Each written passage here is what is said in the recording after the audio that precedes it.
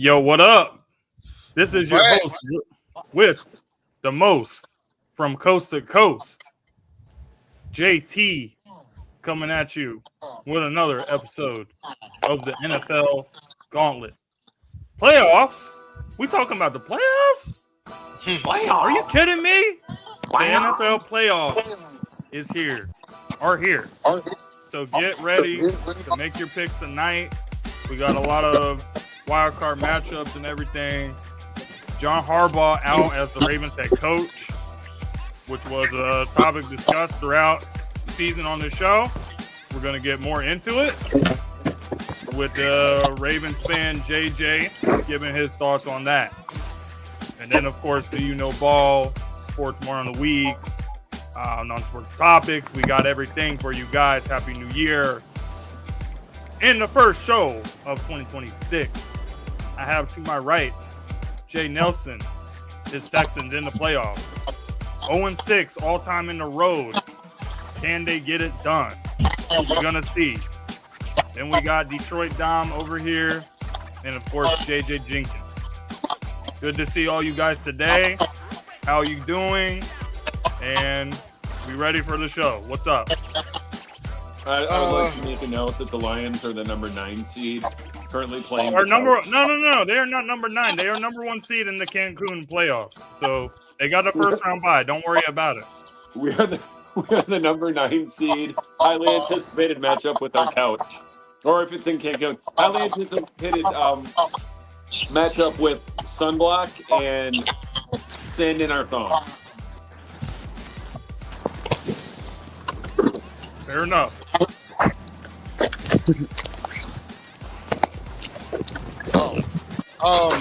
This is actually the first time in Texas history that we don't play a playoff game at 4 p.m. Eastern on a Saturday. It's also our first time as a wild card in the postseason. Ironically, we matched the franchise record for wins in doing so. So, let's see what happens. We got the Monday Nighter. So, y'all already know who I got. Against Mike Tomlin and his 27 consecutive victories on Monday Night Football. We'll get to that later. Yeah. Fair enough. So, without further ado, let's get the show started with the sports moron of the week, baby. Who is going to give us the most moronic, idiotic, stupid takes in sports? Who is going to start us with the sports moron rant? Who's going to kick it off in 2026? You know, I had one, and then I went to research it further, and I realized, A, it wasn't so moronic, and B, more importantly, it ties into a later topic, so I don't have one anymore. Research stole my thunder. I heard a snippet on the radio, and I was like, this guy's out of his fucking mind. And then I went and found the article, and I was like, oh, no, forget everything I said. I agree 100%. Huh. Okay. What, it have to do with Harbaugh or something like that? It did. Okay. Okay, then. Okay. Let's not all jump at the same time. Yeah. No morons here. I didn't have one, but I will say, RIP to all the SEC fans' rhetoric out there, because this is about to be the 3rd straight year that the Southeastern Conference is not involved in the national championship game. Their last hope, Ole Miss, not even participating. Their last hope, Ole Miss, fizzled out last night. In a great game, mind you. But let this talk be over with, okay? And this is coming from a Longhorns fan who's in the SEC, but this is to all you SEC fans who just cheer for the entire conference, okay? Let it alone. Pick a team in the SEC and stick to it. Enough of this all-conference fan thing that I have been, going off about for the last, almost 10 years now. You're the only conference that has fans of the entire conference. As you see, the Big Ten doesn't do this. You never see, okay, like Dom's a Michigan State fan. You will never see him cheer for the Wolverines in the name of the conference. Okay? JJ's Hurricanes are in the national championship. You will never see him cheer for Florida State in the name of the ACC. Not a You chance. fools out there, will be Auburn fans rooting for Alabama in a national title game in the name of the conference. You fools out there will be Florida fans rooting for Georgia in the national championship game in the name of the conference. You fools will be Bama fans rooting for LSU fans in the national title game in the name of the conference. You're the only dumbasses who do this shit. And now it's time for it to come to a stop because 1, 2, 3 years now, the SEC will not be involved in the national title game. Also, a 4-10 record by said conference in the playoffs. 4-10. The SEC was like New York Jets bad in the playoffs this week. They were. They actually were. I mean, again, Ole Miss played a pretty damn good game last night. They did, and AJ's that was a great game. You know, and he'll tell you. I sat here and watched the game. It was great. Trinidad Chambers is a hell of a player. It's a shame that they're denying him. It's a shame they're denying him his 6-year eligibility and everything. But you know, you got Indiana, who blew out Alabama, by the way. I'm sure that, you know, the majority of the public didn't see that coming, okay? But, yeah, Indiana was favored to win this game coming up tonight. You know, it's a new time. We're witnessing a new shift. We don't know who's going to be the dominant conference now. Well, we definitely are witnessing a shift. That's all I had, James. Go ahead. First moron of the week goes to the Eagles coach, Nick Sirianni, and his decision to rest the starters in the Week 18 game against Washington Commanders, where you had opportunity to move up to the number 2 seed because the Chicago Bears lost to the Detroit Lions. Pretty much every team that had something at stake was playing their stuff. The Patriots were still playing their starters. All these other teams in the playoffs that had something at stake to move up to a higher seed, they did it.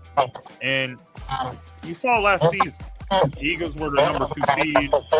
Detroit Lions were number 1. They lose. And guess what happened? The Eagles end up hosting the NFC Championship. They go on to win the Super Bowl. So you're guaranteeing yourself more postseason games at the Link, which is a difficult place to play. So I understand you don't want people to get injured, but this is not the mindset. Having a fearful mindset is not the way. Scared money don't win in life. So it was a very bad decision, I think. We're going to see. I mean, I still think the Eagles are capable if they win this week and they go to Chicago and win, sure. But you know the history that Jalen Hurts and Nick Sirianni has never lost a home playoff game so far since they've been together. So that is what I'm betting on.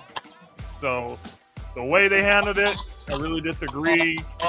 It was not the right decision in my opinion. You know, it is interesting that you had you guys were talking about the SEC, and it's like I'm surprised nobody had called out Mr.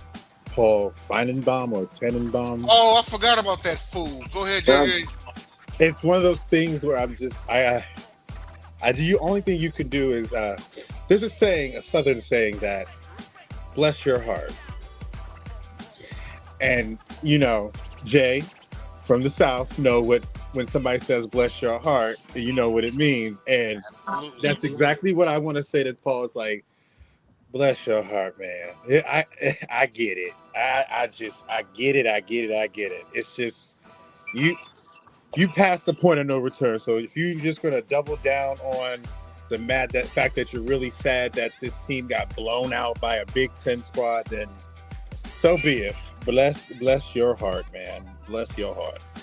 Paul Feinbaum is the type where. So you guys remember when a few weeks ago when Nick Wrong had said whoever wins the Super Bowl this year is an asterisk because the Chiefs weren't in it. Paul Feinbaum is the type to be like whoever wins the national championship this year is an asterisk because they didn't play an SEC team. That's him. I forgot about that. You know what, though? But I do want to say one thing because of what you just said. Let's wait. Let's see who wins the Super Bowl. Because to Nick's point, from what I've seen out here in certain debates, if a particular quarterback in the AFC wins it, say his name. Mainly Josh Allen. Yeah. There you go. The asterisk is going to rear its ugly head because everybody knows. And exactly. So I do understand where you're coming from with that. Yeah, but I do say, depending on who wins, they will literally sit there. Because the reason why these things come up is because people are trying to prove somebody's better than somebody else. So what's naturally going to happen when Josh Allen, if he does win it, is his fan base and the Bills Mafia are going to then crown him above other guys, which then comes the asterisk. It's kind of funny if he wins it. I'm just it's just unfortunate. I think what Nick was speaking about was just the hypocrisy of fans. But to your point with Feinbaum, that was straight up embarrassment. The team that you said the SEC holds their pride and joy around got beat by a Big Ten squad, and it wasn't Michigan or Ohio State. It was Indiana, who everybody, I'm pretty sure everybody, even though Indiana's been the team that they were, people still deep down, I promise you, if they lost. Deep down, you know that this Alabama is not the same as that Alabama. Agreed, right. But what I'm saying is even worse. That leads to the embarrassment. You lost to an Indiana squad that not just beat you, they made it seem like, okay, y'all never should have been here. You know? Yeah, it's crazy because Indiana is regarded as that basketball school, right? Even though even 5 years ago, Indiana was widely regarded as like the worst college football program in college football program history. Yeah, they're regarded as like the Duke level school. bad, except Duke got decent in the last 10 years or so. Duke won the ACC this season. You know, Yes, they did. But the crazy Yeah, part but about Kurt it is Cinetti has turned that into a real program. Yes, he has. Indiana is regarded as that basketball school, even though in basketball they haven't won the Big Ten since 2016 and hadn't won a national championship since 1987. So what have they really done in like recent history in sports? You kind of figure, right? But JJ, but to your point though, man, about Josh Allen, why is that though? Because it seems like damn if he does that, if he doesn't, because if he does win the Super Bowl this year, they're gonna throw the asterisk. Oh well, Mahomes wasn't there. But if he doesn't win, see what are they saying right now? You don't have to see Lamar, you don't have to see Burrow, you don't have to see Mahomes, so there's no excuse. So are we just gonna? So hold on, are we just gonna disrespect all the great quarterbacks in the NFC? Are we gonna disrespect Matthew Stafford, the favorite for the MVP award? Are we gonna disrespect Jalen Hurts as the defending champion if Josh Allen were to beat one of those guys? No, not at all. But they specifically mentioned those other three quarterbacks to get through the AFC. The reason being is because it's fans create their own problem. When you say someone is the standard, when you say that their resume, their accolades, their everything is the standard, and then they're head-to-head against you, despite how great other quarterbacks are there, because to James' point, I 100% agree. It's not, I don't look at this Super Bowl any less challenging than if it was Patrick Mahomes, because Patrick Mahomes has been shown to not exactly beat NFC quarterbacks all the time either. So at the end of the day, it's not as if that. Can we put an asterisk? Can we put an asterisk to Patrick Mahomes because the quarterbacks he beat in the Super Bowl was Jimmy Garoppolo and Brock Purdy, and Jalen Hurts outplayed him in the other Super Bowl that he lost. So for me, honestly, just how my perspective, I don't put asterisks on any of this stuff. I don't think getting to a Super Bowl is just easier just because some people are out there. Yes, it may have presented a little bit more favorable, but you still have to play the game. What if that quarterback got injured? It's not as if it's just a declared definite, but people live in the definite type of mindset where they think, oh, if he's out, boom. No Super Bowl, whoever wins is hard. I mean, it's easy. It's not possible. But at the end of the day, unfortunately, fans don't think like that. So they're going to forget about the NFC quarterbacks with the Super Bowl of Jalen Hurts and Matthew Stafford. In fact, the reigning Super Bowl team, who this shows you the craziness of people's minds. Because before the season started, the team to beat was Philadelphia. It just only changed because people live in a week-to-week basis. So once Philly started to kind of slip out and these other teams came in, despite being the team that factually won the title last year, but the same team that is now in the playoffs this year, what you didn't do, people expected you to go 15-3 or 2, but you didn't. So nope, you're not the team to beat, but at the same time, you still are. Like, I'm the one. I think it's going to be. I think you guys are going to win it again, and I don't think it's any less different just because of Mahomes. But that's just how hypocritical fans are. It's kind of so funny. Yeah. So It's I'm just crazy. saying, like, if the history book says Super Bowl champion, it counts. So don't tell me something about, like, the Super Bowl doesn't count because a certain team is not there. If the certain team is not there, they should have been better and been in the playoffs. It's So, just a defense it. it's a defense mechanism to cover up the fact that they know if somebody wins the Super Bowl, they're going to say, "Boom, we did that," or they're clowning Mahomes now because he didn't make the playoffs. Right. Patrick It's a Mahomes, even though he defense got mechanism. injured, like, let's be honest, he was not good this season. He wasn't. And also, He wasn't very good last year either, to be honest. But when they mentioned, oh well, there's an asterisk because you didn't have to see this quarterback or that quarterback or that quarterback. Fans are totally missing the point that they have to see the teams that beat those very quarterbacks that you mentioned. Okay, so Mahomes is not in the postseason. Okay, well, guess what? The Texans are. The Texans beat Mahomes. So now what? You got to see the teams that beat them. Well, I just said Patrick Mahomes beat Jimmy Garoppolo in the Super Bowl. So here's He the thing: beat Brock Purdy. we are all actually continuing to make the point, but even it touches even to a bigger point. It's just how people are programmed. People have saw, even in Brady's down years, were still good years when his team made the postseason. People saw that. Even Manning's down years, despite till the end of the year in his career, they still became, possible Pro Bowl. Postseason, Super Bowl seasons, whatever. They saw that. They saw Ben Roethlisberger have some possible down years, but still made his team to go to Super Bowl. Then before that, Joe Montana and so forth. So now everybody has been programmed to think the standard to consider somebody a great quarterback is every single time they make it to the postseason consistently. If you miss it one time, you're done. And the first time he just had it is why everybody is critically reacted. But you're like, so those last 7-8 years literally just go away because of 1 year of missing it. Yeah. I guess so. That's what people think. Yeah. Well, we do got to move on to Gauntlet. All right, when we get back from the break, it's going to be time to see playoff edition. Do you know ball? We'll be right back. We'll be right back. Let's go.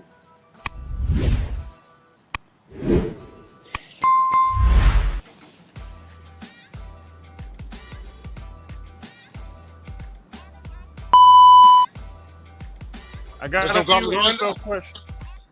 I'm sorry? There's no Gauntlet Grinders? For week 18? I mean, All right. no, that's okay. I mean, you can do you know ball and then do Gauntlet Grinders. That's cool. All right, yeah, we'll do Gauntlet Gauntlet Grinders. Let's just do the Gauntlet Grinders. Go ahead. Okay. All right. So my Gauntlet Grinders for week 18, real quick. In the NFC, I've got tight end Kate Otten in the win versus Carolina. 7 receptions for 94 yards and a touchdown. Squeezed off the victory, but still didn't make the postseason because the Saints would lose the next day. But shout out to Kate Otten. And in the AFC, I'm actually going to give it to quarterback Riley Leonard against us in his first career start. 21 of 34 for 270, 2 touchdown passes. He did throw a lone interception. He also had 3 rushes for 21 yards and a lone touchdown. So shout out to Riley Leonard on that one. And it's probably worth entertaining, giving him the keys for next season. You know what Anthony Richardson is. Indiana Jones is coming back. Just saying, Indianapolis wouldn't be bad to give them a shot. Those are my Gauntlet grinders. On to the next. To be very honest with you, it's the holidays, everything. I don't actually have one. Y'all go ahead. On to Dom. NFC, Tyrone Tracy, 18 carries, 103 yards, 8 catches, 56 yards, and a touchdown. Nice dual threat performance en route to fucking up their draft pick in a meaningless win against the Dallas Cowboys. In the AFC, I'm going with Ramondre Stevenson, 7 carries, 131 yards, 2 TDs. Also had 2 catches for 22 yards and a third TD. And yeah, that's it. Ramondre Stevenson, thank you so much for having a week before that, or 2 weeks before that. 2 weeks before that, had his best fantasy performance of the season on my bench to fuck up the #1 draft pick for me. So thanks, Ramondre Stevenson. I hate you. Ain't nobody tell you to do that. James? Ain't nobody tell you to I bench got him. nothing. You had none? Okay. All right. Ain't Well, nobody tell you to bench him. we can go into Do You Know Ball. First question. Which quarterback has started a playoff game for 4 different franchises? This is a good one. And the teams are the Carolina Panthers, New York Giants, Oakland/LA/Las Vegas Raiders, and the Tennessee Titans. Oh, I know. Kerry It's Collins. Kerry Collins. I think It's I would Kerry have got it Collins. without the hints. That should be me and Don's point. I didn't All right, even yeah, get you a guys chance. both got a point for that one. Hey, I didn't even get a chance to answer, but that's okay. Did you know it, JJ? I feel like you might have. I was gonna, if I had a little bit of time, I would have got it, but that's all good. Sorry, you're going to get the next one. Which team holds the record for the largest comeback in playoff history? Isn't it the Buffalo Bills? Yeah, they beat the And Buffalo Bills. what was the comeback? Wasn't it like It was against 35 the against Titans. the Houston Oilers. Oilers? Wasn't it Oilers. 35 against Oilers, the Oilers? Titans. They, JJ, it is the Buffalo Bills, not the Atlanta or the New England Patriots versus the Falcons. Right. It is the the Bills. Oilers versus the Bills game. Okay, which NFL team has the most playoff appearances without ever reaching a Super Bowl? Ooh, that's a good one. Jacksonville. I want to say, Jacksonville Jaguars. No, it's obviously not Atlanta. hold on. Will you give us a conference hint? In the NFC. Is it Detroit? It's the Lions. Is it the Lions? No. No, we don't have enough appearances for that. What's your final guess? Wait, without a Super Bowl appearance? It can't be Minnesota. They've reached the Super Bowl. They've reached 4 times. Yeah, they've lost several. Hold on. NFC. Everyone I think of, I'm like, nope, they've been there or they've won one. Fuck, it might be the Lions. I don't think it's the Lions. Without a It Super might be the Lions. The Lions. I'm I'm going going. I don't think it's the Lions, but I'm going Lions. I'm Because going everyone Lions. else I think of, I can think of them at least being there. Well, Like only it's not even Carolina, they've been there. It is the Detroit Lions. it's the Lions. Yeah. I don't even want the point. Doesn't even give me the point. I'm You guys all got a point for that I'm one. fucking embarrassed. Because we said the NFC. I said, okay, well, Detroit, That's Cleveland, one. Jacksonville, and Houston have never reached the Super Bowl. That's Those why. are AFC teams. All right. Embarrassing. That's one. Which is the only head coach to win a playoff game with 5 different franchises? Who's that well traveled? I have a guess. No. Hold on. Well, 5 different franchises.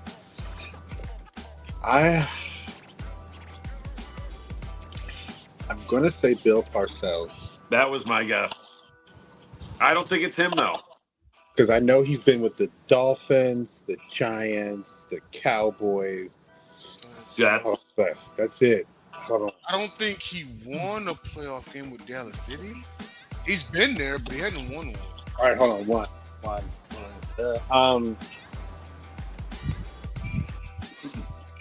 Let's see, because I think of the season coaches. I'm thinking, all right, we got Marty Schottenheimer. I thought about him too. It might be old Marty Ball. I kind of want to go with Marty on this one. Yeah, I'm gonna say Marty Schottenheimer. I'm gonna go with Marty Ball on this one. I know people that like him, but I stick love with Parcells, but I don't think it's right. Damn, you guys are cooking tonight. It is Marty Schottenheimer. Oh yeah!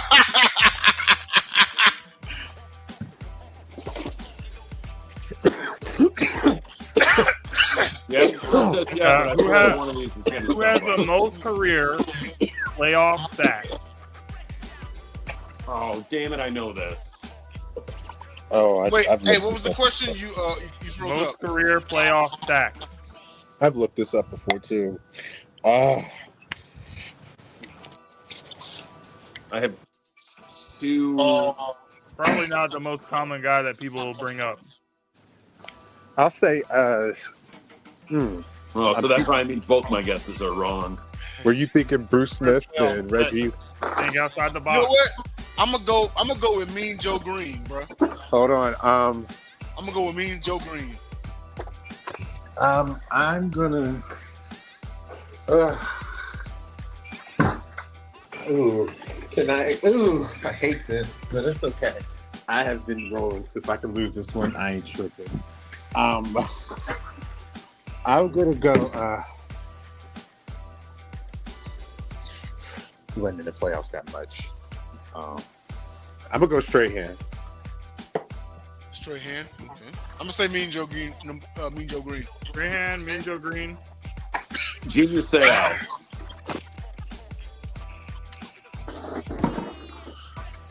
The correct answer is Willie McGinnis. Oh, Wait for Wyatt. Damn it! Wow. I should have been thinking someone Patriots. But I Exactly. couldn't think Think anyone about that how had a many ton of sacks. times they were in the playoffs consecutive years. So Right. Like he probably got at least one or two every single one of those years. all right, we'll do one last one. Who was the first wild card team to ever win the Super Bowl? Kansas City Chiefs. Dang, I'd have to remember back then. I'm gonna go with Kansas City. Because back then it wasn't known as a wild card; it was known as a non-division winner. Oh, okay. I didn't think about that. I'm going with Kansas City. I'm honestly going to not answer. I don't know, and I don't know. Actually, I don't really know all the wild card teams who won, honestly. So I don't know. I can think of a few, but I don't think any of them were the first. So I'm just going to say New York Giants. New York Giants, Kansas City Chiefs, and what was the guess for JJ? They didn't have one. Just throw one out there. I can't think. I can't even think. I don't know. Okay. You guys are done guessing? Mm-hmm. I think you finally stumped us. The answer was the Oakland Raiders. Oakland Raiders. 1980 Oh! against the Eagles in the Super Bowl in 1980. Oh wow. Oh wow, the Steve Bartkowski years for the Eagles. That's how long ago the Raiders was actually a great team. They made the Super Bowl once in the early 2000s with Rich Gannon. Yeah, and they got smacked.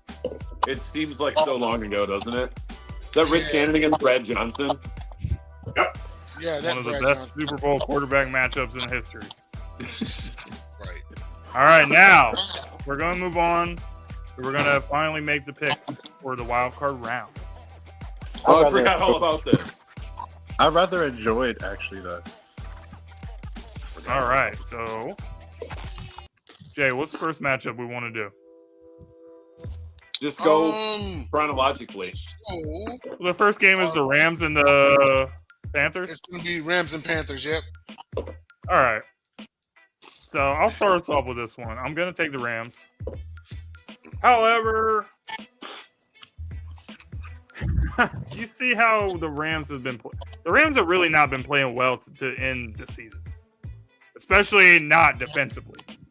But they're going up against a team that probably got lucky to be in the playoffs. Let's be real. They lost the game to Tampa, and then Atlanta kind of saved them from missing the playoffs. It's an inexperienced team, inexperienced quarterback that hasn't played in these type of games. So the Rams got it. I got the Rams winning 31-17. So win and cover? Absolutely. Yeah, Rams are favored by 10.5. Yeah, I'm going to take the Rams in this one. This is going to be their get-back game. They had a nice shootout last time around, but this Panthers team, Stafford's been there before. He's looking to get them back there again. He's looking to get Devontae to his first Super Bowl, but the Panthers should not be a big obstacle in their way. So I'm going to take I'm going to take the Rams to cover as well. I got them winning by 14 points. I'm going to say 28-14.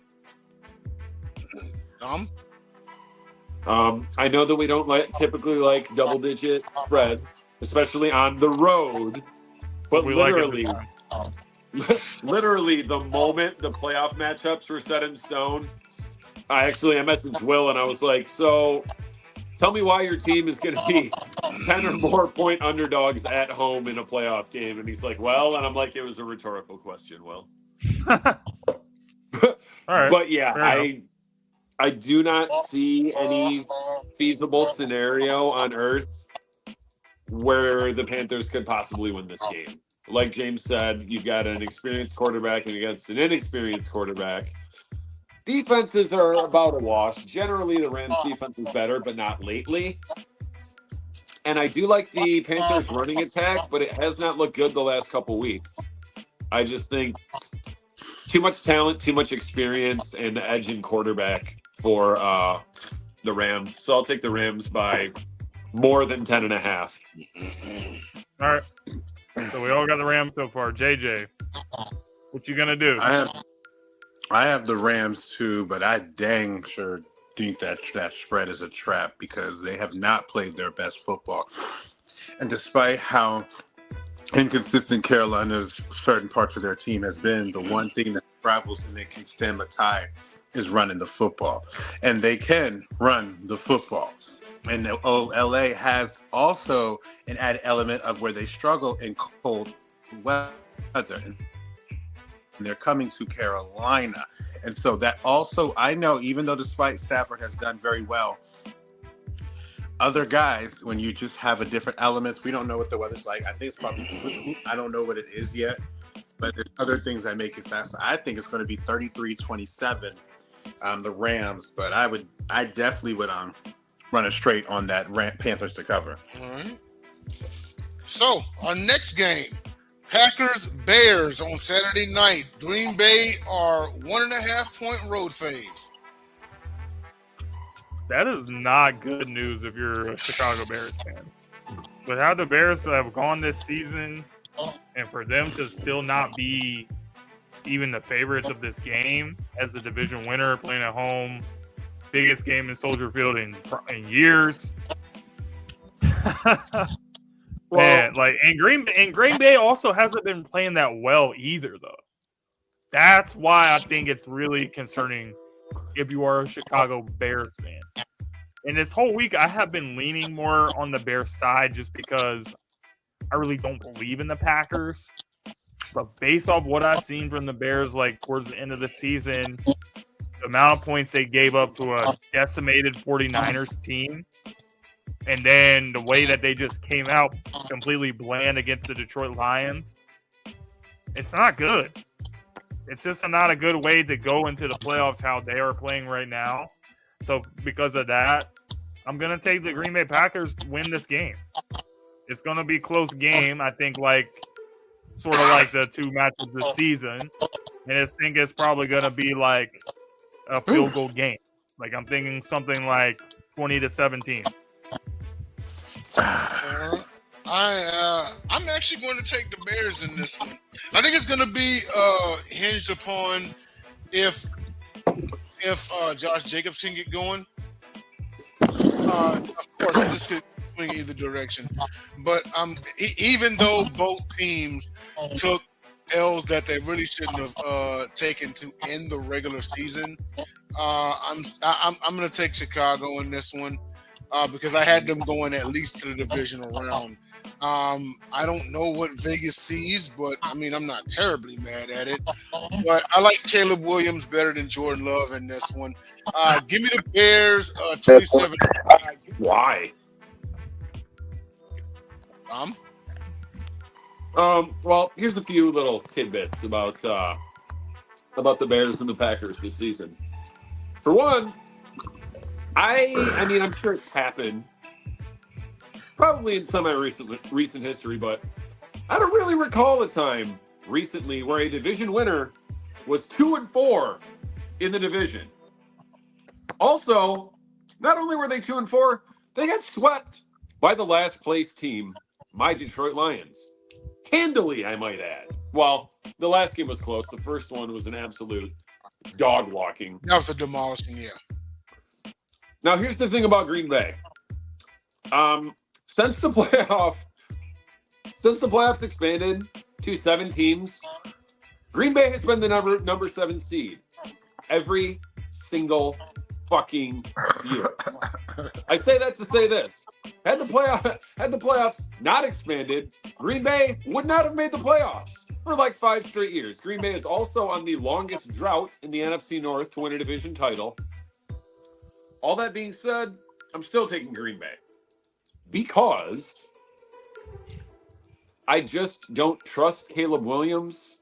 He's not really played in any big spots. It's his first playoff game. Ben Johnson, his first playoff game as a head coach.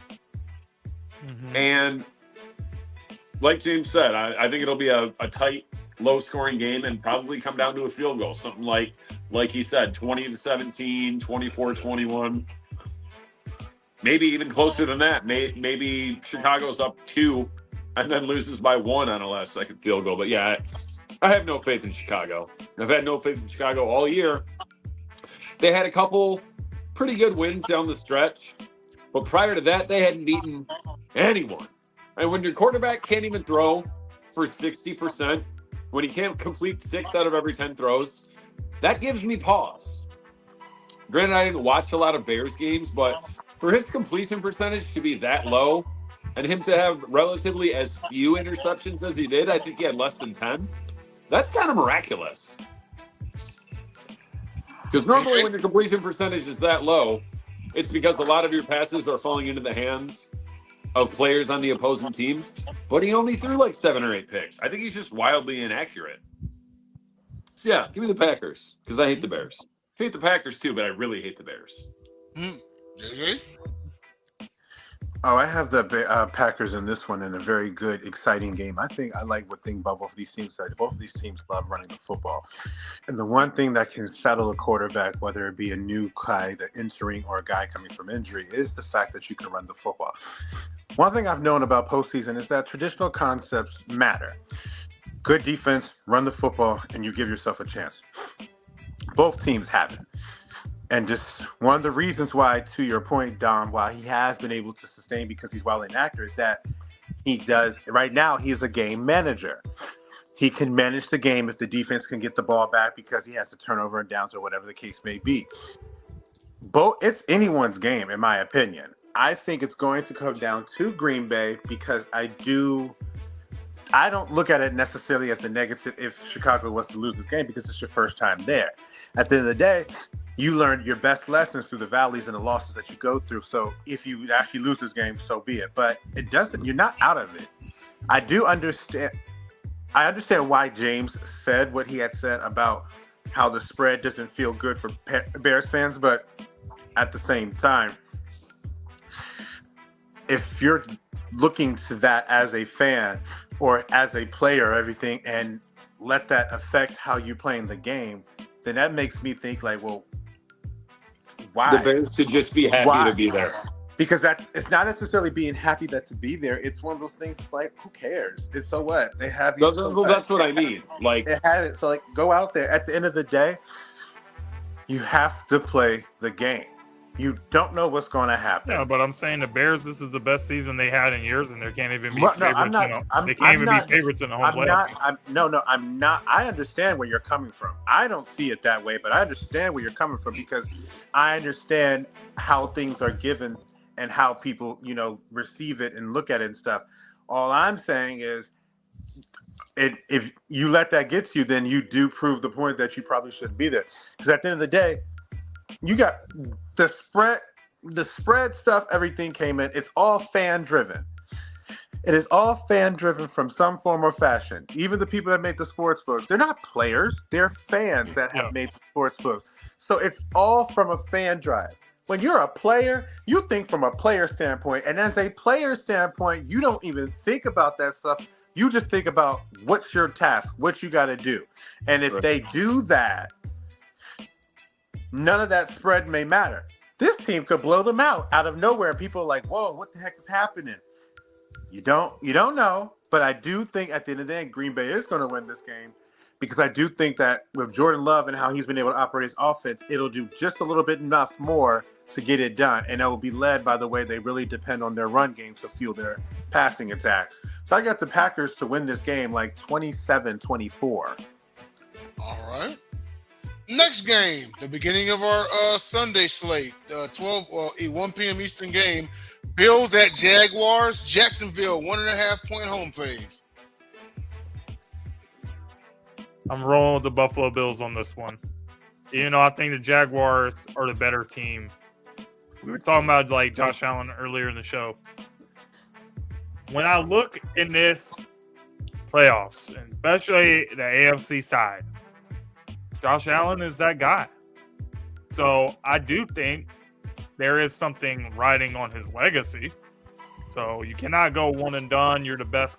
You're looked at as possibly the best quarterback in the league. So Josh Allen, he's going to have to do superhuman things. He's going to have to carry this team to where they're trying to go. And I think he does it in this game. I think he has a big Josh Allen performance. They win the game, and he finds a way. I think it's going to be closer, 31-28 Bills. I'm going to take the Bills in this one. I think that it actually will not come down to Josh Allen versus Trevor Lawrence. I think it's going to come down to James Cook versus Travis Etienne. In this one, give me the league leading rusher in this one, James Cook. He very well could have a 150-yard, 2-touchdown performance, and that's what I'm banking on. I'll take the Bills 30-23.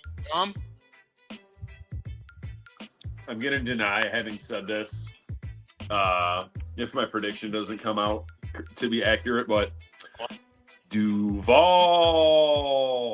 The Bills can't stop the run. James Cook may have 150 yards, but it might not matter if Travis Etienne has 175 or 200.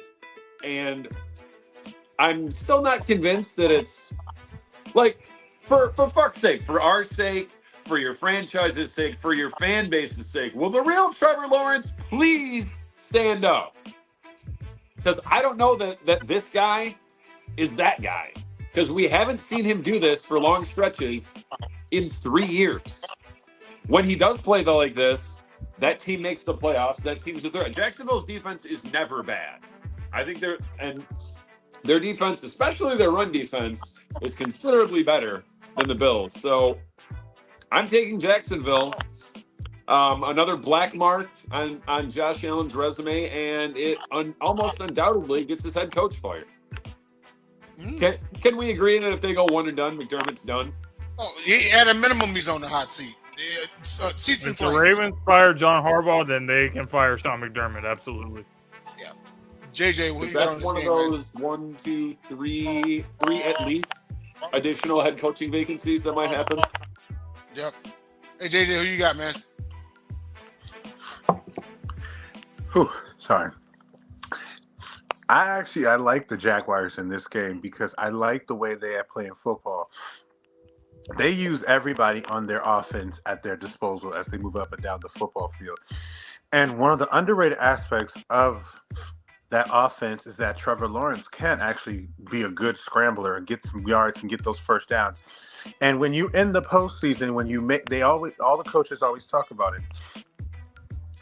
Those gut yards that do whatever you can. If you have to run to get those 5 yards, you give a chance to win. That's what you do. So if Trevor does that, which I've seen him throughout the year this season, I like their chances against Buffalo. I do like Buffalo's chance to win this game, but I just haven't seen it consistently at this time to see if they're going to do what has always worked for them. If they do it, then Buffalo would make my prediction wrong because they would. I think when you do feature James first and then let Josh follow, they are at their strongest. It's just the evidence and the way they look as a team, the way they flow as a team, because their offense affects defense. It fits. But I just haven't seen them commit to it enough. Maybe they do because it's not Patrick Mahomes and they have to not feel like Josh can win it. But I like Jacksonville in this game. I'm going to give Jacksonville the win 31-27. All right. Next game on the slot at the 4:30 p.m. Eastern kickoff time, we got the Red Cowboys and the Eagles. Eagles are 6-point home faves. James? So when we look at this game, you have the San Francisco Red Cowboys. They are decimated with injury, especially on defense. I think Trent Williams, his status is in doubt. He didn't participate in practice, I think, until today. So this was the first day he practiced all week. If he does go, not going to be 100%. And against a defensive line like this, Brock Purdy's going to get beat to hell. He's going to get beat to hell. You saw what Seattle did to them last week. The Eagles got one of the best defenses in the league. And the offense, which has been the headline this season, not for the right reason.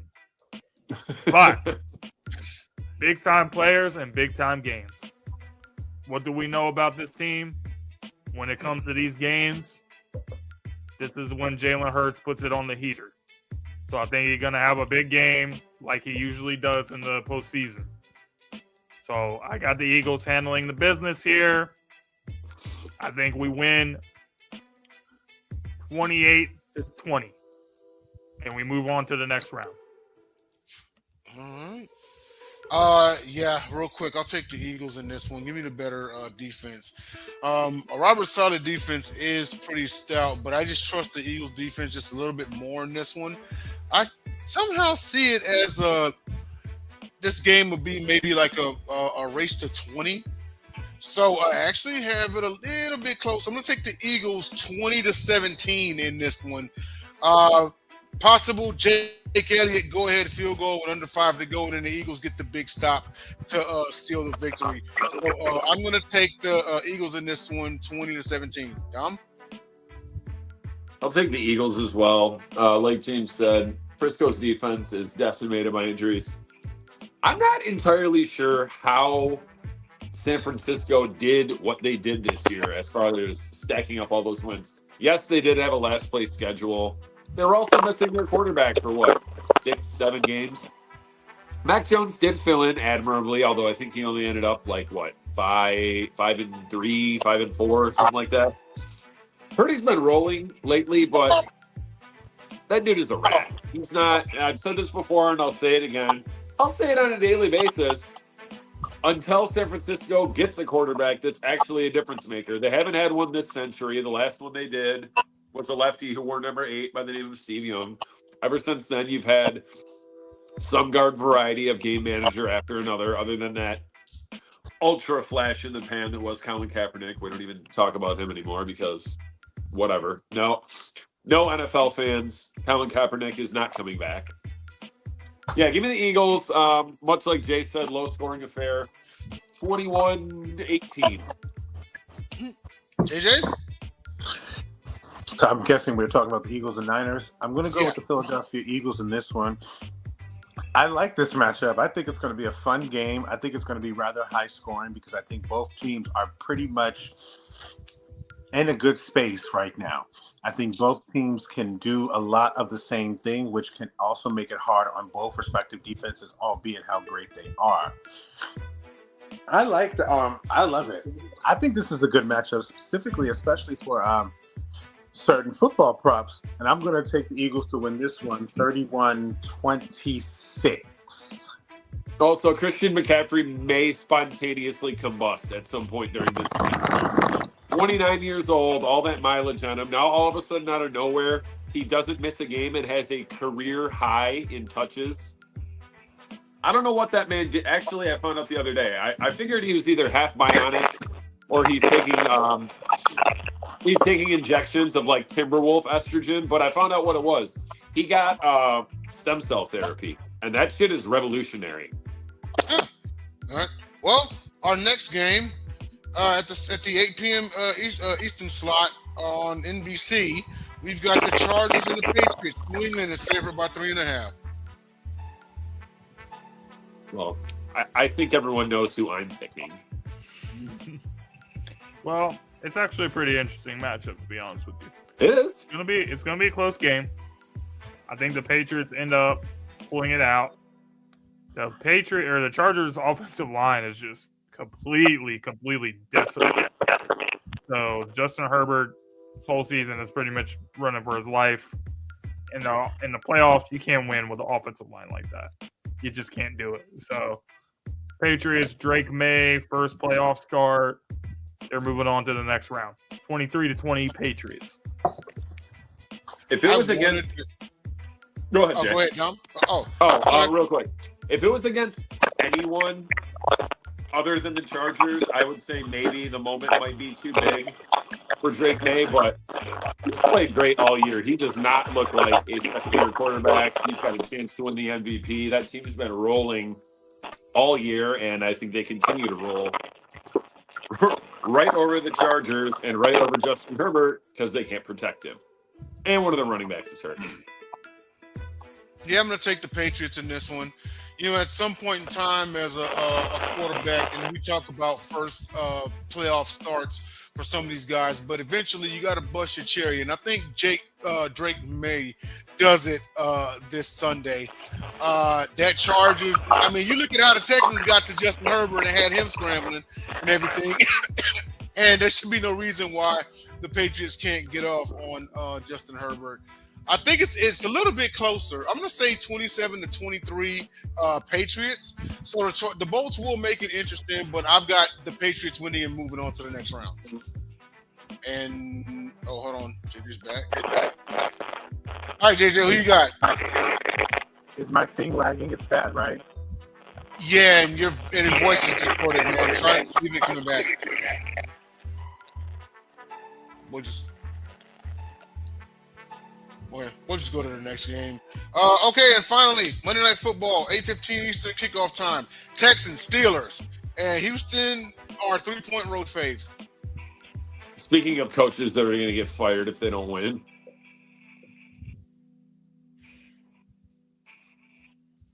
Who? I can't. Despite the numbers, somehow not going to be Mike Tomlin on Monday night. They're not beating the Texans. That defense is just too good. Aaron Rodgers is not the mobile quarterback that he was in years past. People were like, "Oh, Aaron Rodgers can win a Super Bowl this year." No, the fuck he cannot. A lot of people base it strictly on the fact that, he's won one before. Yeah, 15 years ago. That Aaron Rodgers is not this Aaron Rodgers. Give me the Texans, and it might not be close. I actually have it as a low-scoring defensive game. This may be the lowest scoring game out of Wild Card Weekend. I'm actually There we go. I don't understand. Okay, now there you go. Okay, so JJ, real quick, Chargers, Pats, who you got? And then now we're on Texans, Steelers. Pats. Okay, you got Patriots, and then Texans, Steelers. Who you got? Texans 27-10. I got them have the biggest win margin this weekend. Oh, okay. Interesting. That defense is something else, and I know even though we lost that game, I know what type of team we're facing, and against a better team that's more equipped to handle, with better linebackers and better secondary players and so forth, and a pass rush. I think it's going to present a huge problem for Houston, from Pittsburgh, and give Houston some short fields. And Houston's offense is actually not bad. They've been playing pretty well. I'm just glad that the Lions didn't try to pursue Danielle Hunter in the offseason. Said no Lions fan ever. Yeah, the Houston defense with 27 takeaways, that's good for third in the league. And as far as the Houston Texans offense goes, only turned the ball over 10 times. That ranks first in the National Football League. Plus 17 is second in the league to only the Bears and their fraudulent plus 22. Fraudulent. But with that said, I actually had this as a defensive low-scoring game. I'm going to say Texans 17-13. I've got it as one of the closest, but the lowest scoring games out of this whole wild card slate. But I got the Texans moving on. James? So the Houston Texans are 0-6 all time on the road in the season. I'm going to take the Steelers in this game because when it comes to this kind of stuff, there's some things that just can't be trumped in the postseason. And I think one of those things is when you're this big of a franchise, like the Pittsburgh Steelers are, a storied franchise playing at home in the postseason against a team that's never won a road playoff game in their history. I just think it's too much to overcome. There's such a big gap between these two franchises and the success. So I think the Steelers are going to find a way to win this game, a close game, 20-16. All right. Wow. He's going I with would never speak. Steelers. Somebody's got to do it. Oh. Well, he's going to be stuck speaking to me in San Francisco in a couple weeks. So. All right. Well, I guess we'll go to a little commercial when we come back. Some news about John Harbaugh. See you in 10 seconds.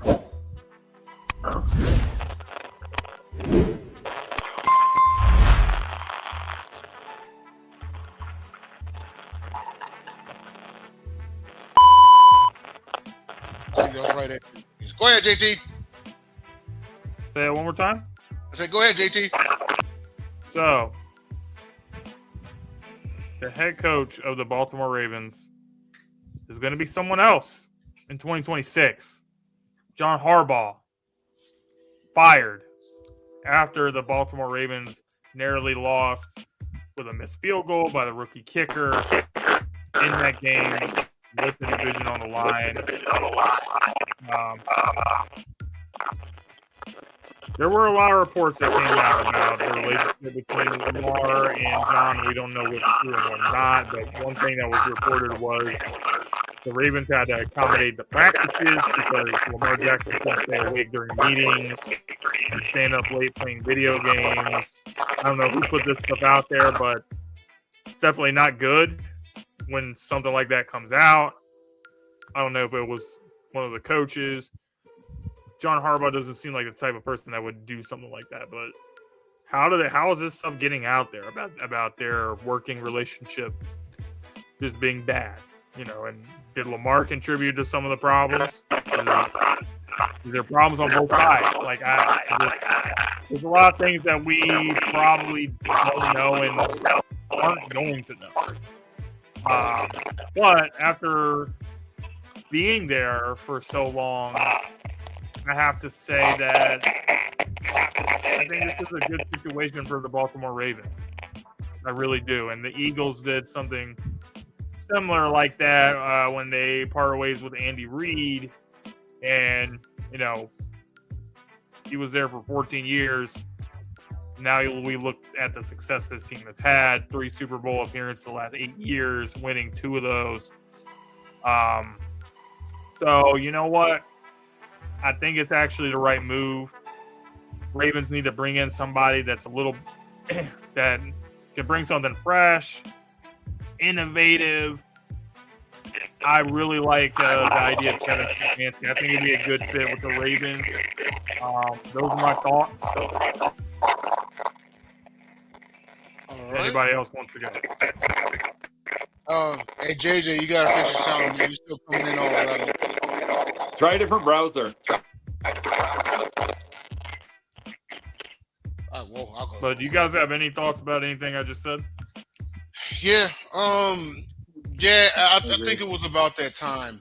And ironically, I saw this meme on Facebook, and we've all seen it by now, where on the final kick of the game, it literally was going to come down to Harbaugh fired or Mike Tomlin fired. But with that being said, it's an end of an era. It's bad it had to end like this. I also, oh man, I have to bring this up. This is what happens when you hold on to that offensive coordinator a little too long. That was the report. I read the same report too. That apparently a huge reason was because he wouldn't let go of offensive coordinator Todd Monken. Yeah, I knew he would cost somebody their damn job. And you know what? He went down with the ship. So, I mean, it is what it is. My question now is, I'm really curious to know, if he really, really lost it. I'm pretty sure he was losing the locker room. Todd Monken has lost the locker room. But I'm also curious to know if they're going to retain Todd Monken now, because it would make no sense to cut bait with John Harbaugh, but keep the same offensive coordinator that you wanted gone. But you fired this dude because he wouldn't cut bait with him, But he easily is the number one candidate to emerge elsewhere. He very well may end up in New Jersey, coaching for the Giants, which would be something. But with that being said, I mean, it's the end of an era. It's sad it had to go out like that. There's some things that could have been avoided. I also wonder about, and I'll find out about it in further reports, possibly coming out in the coming weeks. I'm wondering about his relationship down the stretch with Lamar Jackson, with John Harbaugh and Lamar Jackson. Because the thought even crossed my mind. I'm like, does Lamar even want to be in Baltimore anymore? And that very well may have been the final deciding factor. It's like, hold on. We don't want to lose our franchise quarterback because you don't want to get rid of this guy, or you don't want to do this, and you don't want to do that. You know what I mean? I think the franchise looked at the possibility of Lamar Jackson walking to another team, and that helped shape their decision. JJ's back. Hey, JJ, you here? Finally. Oh, wow. This was a little bit tough to kind of get the phone going. But yeah, I'm here. All right, go ahead, man. John Harbaugh. So, honestly, years ago, I probably would have had so much to say about this. Probably so much to come, respond when it comes to you guys, and the things that you guys have said, and the people and what they say out here in the media. But it doesn't matter, in my opinion, because the only people that know that what really is true or not are the people that are involved in the situation. And in the grand scheme of things, whether we believe what's said or not, it's just true. It's subjective to you. Personally, from what I have seen, and from my own experience, from what I have seen, there's only 3 credible, real, actual, credible sources for the Ravens that would further either back up what is said from other places or deny. And so whenever something like this is said or so, I always check their handles and everything. They are the main people which have also been said from other organizations as the closest ones. Everyone knows, including Adam Schefter and everybody, has said that the Ravens play things close to the chest. There was a lot of said that was during Lamar's contract talks, and it turned out not to be true once the deal got done. The Ravens don't care what anybody thinks about the whole situation or what people may spread around, because at the end of the day, to the point I say, I checked Jeff Seabrick, I checked Sarah Ellison, and I checked Jameson Hensley's handle. None of them said anything that was said from there. So from me perspective, I don't buy into that, because all I know is it doesn't matter, because what I think this world thinks is that anytime something happens, it's a horrible ending. It's a horrible thing. The Ravens are a team that has a certain culture about them. Same with John Harbaugh as the foundation of a man, as the players. We had 18 years with this gentleman, and sometimes, you know what? You got to let it go. You got to move on. All good things come to an end. But it's up to everybody to make a choice. For me personally, I don't think it's that big of a deal. I saw it coming, and I was like, I'm okay with it because I think it's going to be what's best for both sides. I think the Ravens are going to be fine. If anyone says that they're not an attractive spot to go join, then so be it. Think that. Personally, I'm excited for the offseason because I want to see. I haven't seen this since the last time we had a coaching change. I was 18. I'm 36 years old now. So at the end of the day, I don't really know. I can't remember what this feels like. So I'm actually kind of excited because it's not a team that has too much to have to really do other than get some things on the offensive line, defensive line. And then John's going to find a place to do great. There's no ill will between this. And at the end of the day, if there is, doesn't matter. It doesn't change any of their trajectories or their arcs. So what? It's something I saw coming. I do say it's kind of crazy that people look at this young man and are so critical of him for him missing a field goal kick. At the end of the day, it's so funny how fans are sitting there so mad at him and stuff, but literally do not remember there's only one kick that has burned and I can never forget it. Is if I can get through 2011, it's not the end of the world to me. And so I'm not going to get on him too bad. He's a rookie. I get it. It's okay. It could have happened. It didn't. At the end of the day, your story's not over. You could make a game-winning field goal kick into the postseason next year. People forget all about this giant. But people don't think like that. So at the end of the day, I'm happy for them both. I know John probably wanted to stay here, but I also know the man he is. I also know that he understands that, sometimes it's okay to walk away. Sometimes your faith, which is he is, calls you to a different purpose. I'm okay with that. The stuff about Lamar, y'all can do what you want, but his track record speaks for itself. It is what it is. I'm now excited. Like, okay, I want an offensively driven guy to come in to be a coach because their number one priority is to get a strong defensive coach and coaching staff.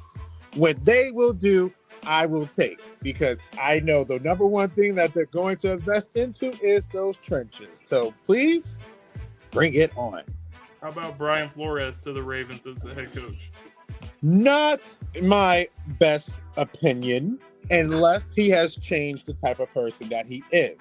Because the way he was in Miami... That was a long time ago, though. I know, but at the end of the day, personally, I don't want a defensive-minded guy. I want someone that's... But you just said the Ravens' priority is the defense. I think you're missing what I was trying to... I think you're missing what I was trying to more so go with. When you have a defensive-minded coach, they have the opinion to kind of pick a guy like them and also to have input on the defense, and they hire a great offensive mind so they can do their own thing. So now flip it in the reverse, where if I get an offensive mind coach, he's going to hire a defensive coach who's kind of like a coach on his own, so he doesn't have to worry about it like that. He's not going to have to worry about his imprint, because at the end of the day, that's the area that needs the most growth. That's the area that has really been probably the hardest one. And at the offense, it has its woes, but the defense was the one that had so many things that has been a problem, and has been a problem for years. Blown leads come from where? Blown leads don't just happen because of offense. It happens also mainly because of the defense. So that's why I'm looking at it in that aspect of, I want someone to basically have a guy to get, if you get this defense together, I know we can win it all. If you get this defense together, because the one thing we cannot do in postseason, which we need to do to possibly change the trajectory for us, which has happened against us, is force turnovers. You get a strong guy, get your defense together, they take care of that. The offense, you do your thing. I thought you said blown leaves, and I was like, where do blown leaves come from? I'm like, trees? Hey, Dom, your thoughts on this, man? I'll be real quick. I won't say it was overdue, his firing. I would say it was due. I think we all pretty much knew if/when he lost that game, he was going to get fired. One thing I can say unequivocally, he will be a very hot name on the market for all those vacancies. One place he apparently does not want to go is Cleveland. You guys hear about his demands in order for him to accept the job in It Cleveland? was like $20 million a year. $20 million, $10 million for his staff. I want to pick my own GM. He had 7 calls, I think, within 45 minutes of being the news breaking. I mean, he's going to get a job anywhere he wants because he's his career. Everybody, we live in the here and now, and people don't feel like he should have been fired. So if they don't feel like oh yeah, they all call on him. I love it. Shit, I would too. I honestly, if I were Cleveland, I might agree to those demands. Like, you know what, Cliff Betts. Shout out to that Cliff Betts. He said he'll take Andrew Barry or whatever his name is. That dude knows where the bodies are buried. How that guy still has a job is fucking beyond me. Like, you know something very bad about the Haslam family. What I will say about the whole his whole demand thing, I'd be like, my man John, I'm always going to ride with you. But you remember when you first came in, the type of personality you had and what it almost costed. You can have your demands to get your GM, but please still have that open-minded approach like you've had with this team right here. Because when you came to a new team that already had an established veteranship or whatever the case may be, like you came here, despite us being a bad team, the two staples of the team, on the best players on the team, Ed Reed and Ray Lewis, had an issue with you. But they worked it out with you because of their seniority and maturity, but it's no guarantee you're going to have that with wherever you go. I hope you do, but if you don't, have that your demands to get that so you guys can be on the same page. But let's make sure we do what made us successful to this point. Because to be honest with you, this is 6 more years of a job that you know for a fact if you didn't start Lamar and get to the postseason, that year was going to be your last year in 2018. If did not make that postseason, but we did. That's true. All right. Damn. Oh, and hold on. Last thing on this one. I'm sorry, real quick. It's crazy how it is, but this is just how it is in the game. In this AFC North, there's one thing that's true about 2 teams. Your job is if you're on the hot seat, your job is make or break whether you beat each other. If we'd have beat Pittsburgh got to the postseason, John probably would have still kept his job. But if you lost it, and the same thing last time, when if you lose to your rival, for us, you gone, unfortunately. Yeah. And I just, I know Harbaugh is really, and this is just the last thing for this topic. John Harbaugh, I just don't think he's as good as everyone thinks he is. If you look at his background, what does he bring to the table? He doesn't call offensive plays. He's also not a defensive mind. His background is as an assistant coach. He's with the Eagles for years as a special teams coordinator. So what does he really bring to the team other than he's been there a long time, he's really experienced. So I just think I don't think he's going to go to another team and change the franchise. I just don't see it. Okay, interesting. All right, well, I guess it's time now for the non-sports topic. Bring something from the 1980s and 1990s that you can make popular again. It could be clothing, could be entertainment, lifestyle, music, whichever. Crack cocaine. Crack cocaine. Oh, okay. James, go ahead, man. Wow. Wow. Ronald Reagan. That's a good question. The Iran Contra. What other lowlights of the 80s would I like to see get brought back? Oh, the mayor of DC getting caught smoking crack. I just think all the things that were that was over there in JJ's part. I want another crack mayor, all the damn things it. that were cool. All the things that were cool back in the day have been advanced by like technology and different things. Like for example, Back You in the can't day, I say used shit to about the love. 80s. You weren't even there. Yes, but I'm a '90s baby. Let him talk. So the question says Let him '80s talk. and '90s. So Let him talk. Go ahead, back in the day, I used to really enjoy going to Blockbuster. You know, to get a movie, take it home, watch, like, not even just to watch a movie, but the experience of going to the store and like seeing everything. Mhm. That was a really cool experience. But because of all the things like streaming and other things, that's gone. So I miss that. having like those type of experiences and moments like I did like as a kid growing up. So that's probably the best response I got to this question. And shout out I to like that. Blockbuster Video, the combination of Blockbuster Video and Pizza Hut.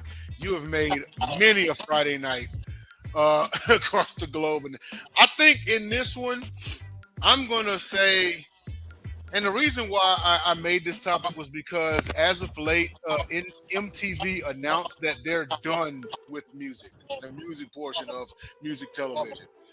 And I think across the, because I can remember back then, watching a music video, like looking forward to it, was dope as hell. You heard a dope track on the radio, and it could be rock music, it could be hip hop, R&B, whatever. You know what I mean? You heard it, and you're like, man, I wonder if they're gonna make a music video about it, you know? And then you saw the music video, and there was no like internet or anything back then. It just kind of popped up. It was the world's biggest mystery. And then there could be a song, you know, where it didn't have a music video, and then you're a little bit disappointed. I remember back in the 90s, there was a video channel called The Box. Tasha, if you're watching, you remember The Box. We talked about that. But The Box was a call-in only video channel network. So the videos that were showing all day long was just people calling in. Man, I would watch that channel all day long just for the Bone Thugs and Harmony East 1999 video. I would watch it. It would come on again like in another few hours. And of course, I enjoy the other videos and stuff. And then it would come on again. You know, it was great. It was great times. You know, the AJ and Free 106 in Park there. Yeah, you know what I mean. So, which is really more 2000s, but anyway, but yeah, I would say put emphasis back into the music videos again and make people, you know, and make the music videos like original, like they did back then. You know what I'm saying? Because it did get to a point in time where in hip hop, the typical music video was you had to have a video vixen, a bouncing car on the rims, and bottles, and then that like was kind of the theme, right? Shout out to Cash Money Records, but back then, you know, it was more, and nowadays it's just, well, the art and the concept of music videos are gone. But that's something that I would definitely, you know, bring back. Dom, without mentioning anything negative about the 1980s, some world event, what do you got? Damn, I'm JJ. You go. I got to think on this for another minute or two, because I'm sure JJ's got something to say. When doesn't he? So, I think this is more so late 70s, 80s, but I'm not sure. But I kind of, if it's okay, because I'm a little bit. You're an old soul. Right? No, I'm there right now, and so I'm gonna say I never got a chance to experience, but I wish drive-through movies could come back because I would love to drive in my car. It's still around. I would love it just in a sense, just to see what it's like. I'm so funny going back to as a kid as the Flintstones driving up to the movie, but just you think about the old 70s, 80s movies of driving to the movie theater and, you know, scary movie happens, something happened, makeout spot, whatever. And then the 90s, I would love to play the first generation Pokemon on the Game Boy Color back in the day. I make it fun again because the whole era of trading cards, facing each other with like the USB cord or the connecting cord, that was fun. Mainly because like if you were really good, you could kind of like wipe the floor with some people and stuff. I know you can play it now in the game, but it's just different when you had it back. A lot of that time you stabbed your friend in the neck for his holographic Charizard. A lot of fans are saying that they would like to see the old games be transferred to like the Nintendo Switch, so they could play them now. I mean, I You can buy I'm, an emulator for $20 that has like 50,000. Yeah, but it's I not have the an same. emulator. I'm used I to own the it on thumbs. TikTok. I need the thumbs because that's what I know. That's how I did it. That's how, because it's just, it would be, the Pokemon cards was fun. Remember having the binder and then having to keep your binder clean and having the laminations and then getting first edition. Yeah, good times. Good times. Good times, bro. Good times. God. I wish I had a holographic Charizard. The roller rink. Oh, good call. Good call.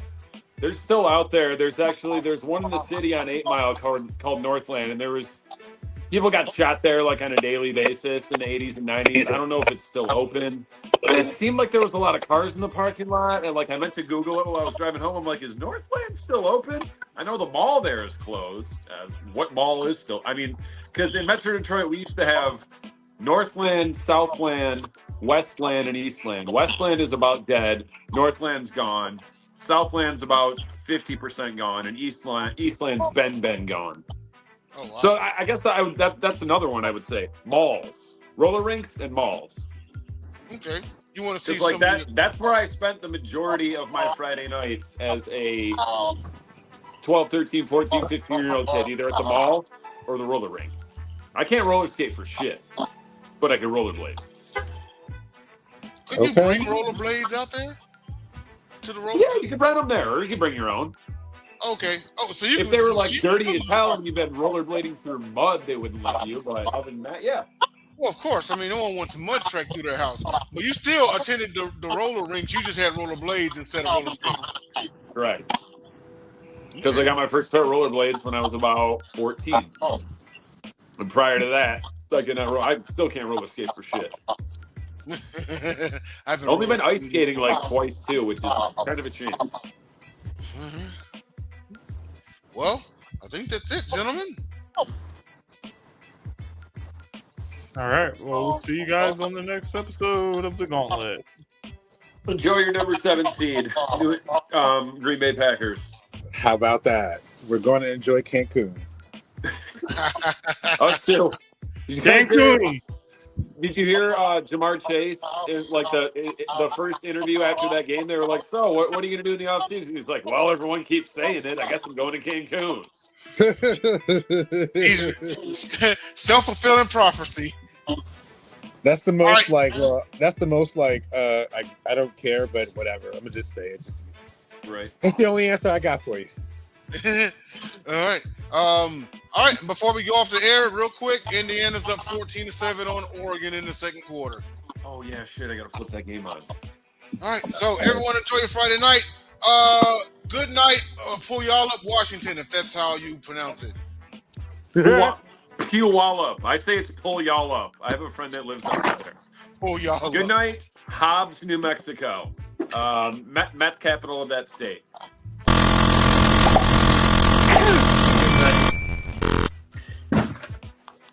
Still.